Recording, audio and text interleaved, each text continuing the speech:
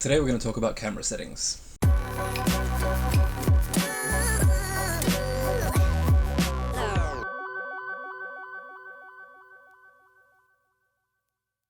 Hello everyone and welcome back to the channel. This is Dylan Golby. Today we're going to be talking about why I include the camera settings with each of the images that I show you in these videos. I recently got a comment thanking me for adding all of the EXIF data to each of the photos that I show you. I wanted to explain to you today why I do that and what I hope you'll get from it. It takes quite a bit of time to add that to each of the images, and so I want to make sure that you're actually getting what I intended from that data.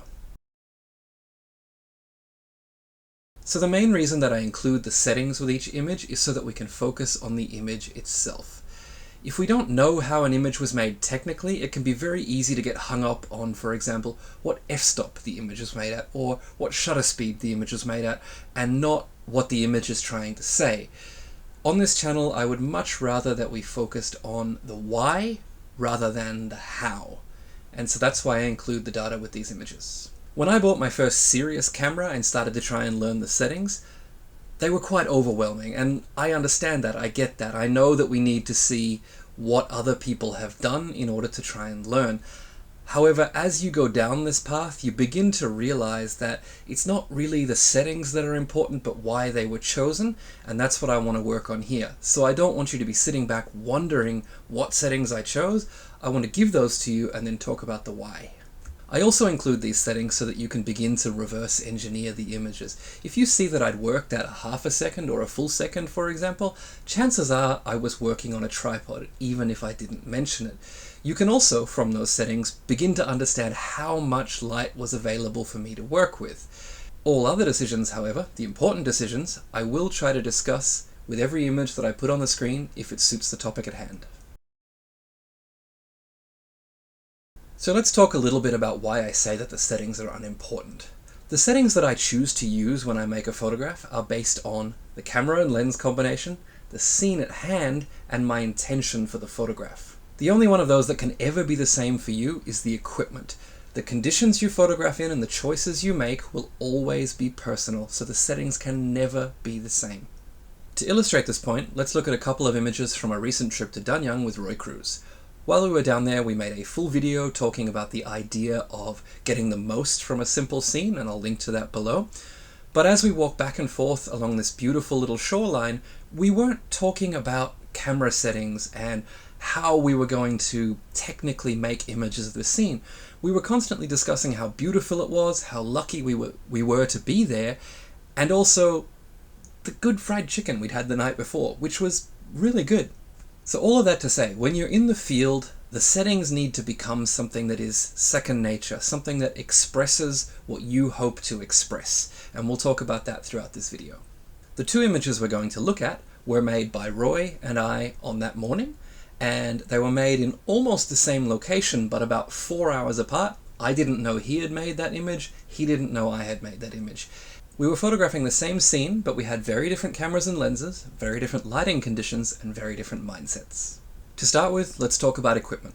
Roy was using his X-T4 with the XF 16mm f2.8 prime lens, and I was using my GFX 50R with the 45 to 100mm f4 lens. First of all, I'll show you the pictures with the settings, and what I want you to think about while you're looking at those pictures is what decisions we might have been going through, what we were thinking about, why we might have chose the settings that we did.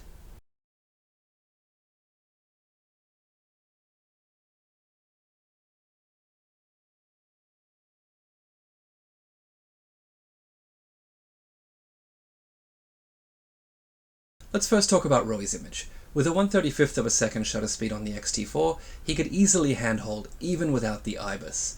However, with the IBIS enabled, he was almost guaranteed a sharp shot at this particular shutter speed, so we can infer from that that he probably wasn't using a tripod. Next, let's consider his choice of aperture. Why f8? Why f8 and not f2.8? Why f8 and not f11 or f16?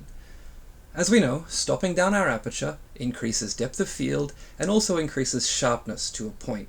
Chances are, in a scene like this, Roy wanted to have detail in both the peaks in the background and in the boat in the foreground, so he chose his aperture of f8 to make sure that would happen.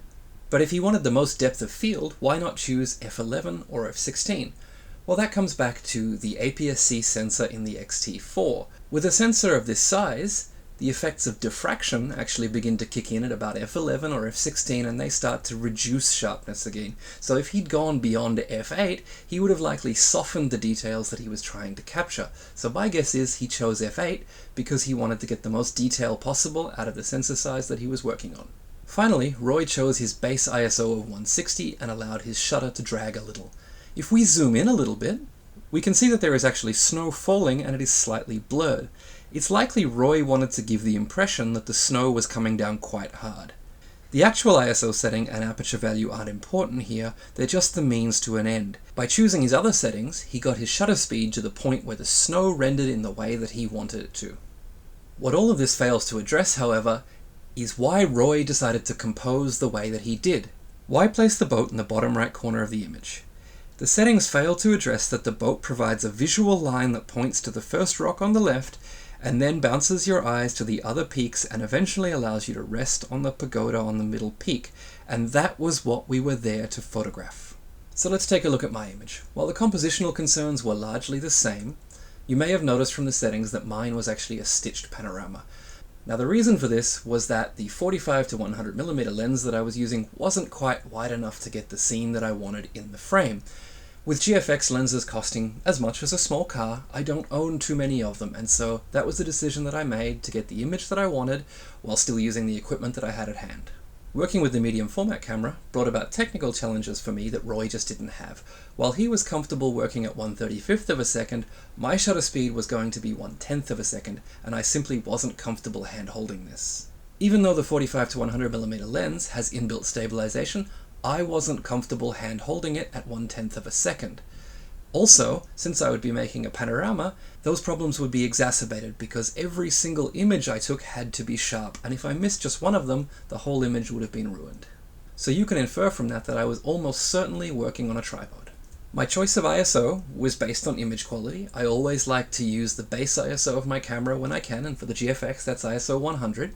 Also, from my shutter speed, you can see that there was nothing in my scene that I wanted to freeze in place. There was no snowfall or beautiful flock of birds flying around, so my ISO and my shutter speed just fell into place based on my aperture. But what about my aperture? Didn't I mention that f11 would cause diffraction and thus soften the image? Well, again, that comes back to the sensor size. With the GFX, you're dealing with a much larger sensor than with the X-T4, and so diffraction begins to affect the image at much tighter apertures. In fact, with the GFX, I'm comfortable working down to about f16 and knowing that I'll get all the detail that I'll ever need. Once I get to about f22, or even stop down to f32, I'm not going to get that beautiful image detail that I would normally get from the GFX, and so I'll only use those settings if I really need the extra depth of field. Of course, the other concern with a medium format camera is that for a given aperture and focal length, the depth of field is actually shallower than it is with smaller sensor cameras. So I would actually need to stop down more than Roy would in order to keep both the peaks and the boat sharp. Remember that in the beginning I also said that these settings were based on the camera and lens combination. Now onto the lens. Since I needed to make a panoramic image to get the field of view that I wanted from this scene, how did I settle on my focal length? This came from experience. I know that Photoshop, which is what I would use to stitch this image, has a bit of trouble if there's not enough overlapping detail in the frame, or if light changes between images. Since the sun was rising, I knew I wanted to get this done quickly, so less frames in the panorama would be able to make this happen. Also, since large areas of the image would have very little detail thanks to the blowing snow, I knew that I would have to maintain enough overlap in each image in the set for Photoshop to put together, so I settled on not zooming in too far as it would have created too many problems in post-production. In order to compare my settings to Roy's image, we must first convert the numbers over to the APS-C format. If we convert the focal length and f-stop I used for my image into their APS-C equivalents, I would have been working at approximately 26mm with an aperture of approximately between f5.6 and f6.3. As you can see, my field of view was actually tighter than Roy's and my aperture was resulting in a narrower depth of field, but those numbers were adequate for what I was trying to achieve, and that is what is really important. The resulting image reflected what I wanted to achieve. In the end, what you can hope to learn from the settings from any image is what the photographer was trying to achieve. This is by far the most important thing, and it is what will make your images your own, what will make them different from everyone else's. To illustrate this really simply, let's take a look at an image from a recent photo walk. For this image, I was working in auto ISO and aperture priority. I really didn't care about my settings. I was enjoying the moment and making photographs as I walked along. When I saw this person approaching, I quickly turned my aperture to f8 for a deep depth of field, and the camera took care of the rest. The settings here are only important insofar as they will tell you that the scene I was working in was quite bright.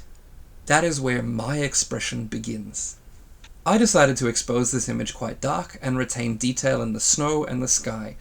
The footprints show you that people had been walking all over the snow, and keeping density in the sky shows you that there are some clouds up there. However, it hides the identity of the person in the frame. I wanted to keep that anonymity because this was an image about the weather and the scene, not that person. If I had exposed the scene 2 stops brighter, your eyes would immediately go to the person rather than the trampled snow and the city, and that is not what I wanted. So I hope that this video has given you a little insight into why I provide the EXIF data for my images, and I also hope that it's given you a starting point for how you can begin to reverse engineer the images that you do see. If you're interested in the topic of intention and how it plays into choosing our settings, let me know in the comments below, and I'll begin to explore this more deeply in upcoming videos. Thanks again for stopping by, and I'll see you in the next one. Cheers!